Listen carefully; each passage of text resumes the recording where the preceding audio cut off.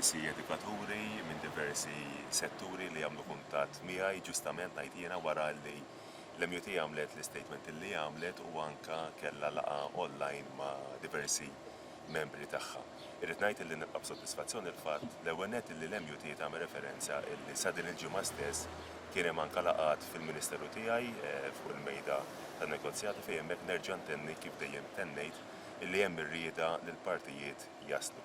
Uħud mill-mistoqsijiet li rċevejt kienu marbuta mal-arretrati. Nista' nikkonferma li fuq il-mejda tiegħi hemm dokument illi jara illi l-arretrati iva qegħdin hemmhekk ħajkunu preżenti mill-ewwel ta' Jannar tas-sena 2023.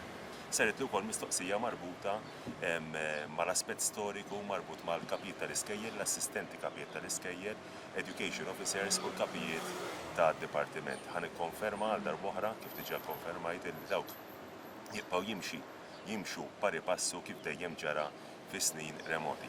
Kelli diversi kindergarten educators u anka LSCs illi għamluli referenza għal fatt illi jinsabu più o meno fil-għama, fid-dlam dwar dak li huma l-kondizzjonijiet tagħhom. L-ewwel nett nassigurahom illi bħal kull kategorija oħra ħajkollhom iż-żidiet dak li huwa l-aspett finanzjarju tagħhom u nista' nikkonferma wkoll illi fuq il-mejda ġiet diskussa possibilità li jien nemmen li sieħ fiha u nista' nikkonfermagħha illi għall-ewwel darba il-kindergarten educators u LSCs illi jagħmlu 20 sena fil-klassi mal-istudenti tagħna ma' wliedna ħajkunu din jieħdu allowance propju għall-ewwel darba. Sallum il-ġurnata din l-allowance kienet riservata b'mod esklusiv għall-għalliema. U allura hemmhekk u żgur li l-union ħadd tkun qed taqbel magħna u anke l-istess edukaturi, din l-allowance ħadd ingħata anke lil daw il-kindergarten educators u LSCs illi qegħdin jagħtu servizz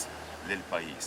Mistoqsija oħra li rċevejt propju fil-minuti li għaddew kienet marbuta mal-fatt li qed isaqsuni diversi edukaturi jekk dawn iż-żidiet humiex marbuta propju ma' ħin addizzjonali ta' xogħol, ħin addizzjonali ta' lezzjonijiet. Nista' nikkonferma li dan huwiex il-każ u fil-waqt li kull edukatur li huwa kopert dan il-ftehim kollettiv ħajkun qed jieħu żidiet sostanzjali, żidiet li jlaħqu l-ammont ta' eluf ta' euros kull sena l-ebda edukatur ma ħajjiġi propju imġiel jew inkella mitlub jagħmel sigħat addizzjonali għal dak li qiegħed jagħmel illum. Irċevejt anke mistoqsijiet minn studenti illi jinsabu fil-perkors edukattiv tagħhom li għandhom ix-xewqa li għandhom il-vokazzjoni li għandhom il-ħsieb illi jilħqu fis-settur edukattiv. Biex nagħti idea kemm qegħdin naħarsu lejn dawn l-edukaturi, lejn dawn iż-żgħażagħ rridu ntuhom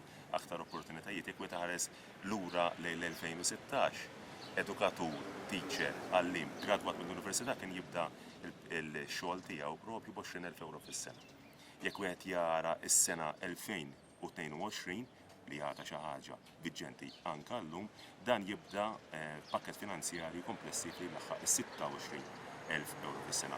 Bil-proposta ta' dan il-ftehim kollettiv qegħdin ngħidu li edukatur ġdid għadu jilħaq mill-università, jigradwa mill-università u jidħol fis-sistema edukattiva, dan għandu jibda bis-somma ta' 36,000 euro allura żieda ta' 10,000 euro. Hemm diversi aspetti oħra li ġejna mitkellma fuqhom, jiena nħares il-qudiem sabiex inkomplu impoġġu bil-qiegħda mal-Malta Union of Teachers, hemm rispett reċiproku anke fuq livell personali bejn il-Ministeru u anke l-istess union, allura ħares il-qudiem sabiex flimkien nassiguraw illi jkollok pakkett finanzjarju illi jirrispecchja dik li hija l-volontà tagħna li nagħtu kondizzjonijiet aħjar, li nagħtu awment u żidiet li huma sostenibbli li huma anke sostanzjali kif ukoll kundizzjonijiet tax-xogħol illi huma aħjar, diversi opportunitajiet anke f'dak li huwa career progression.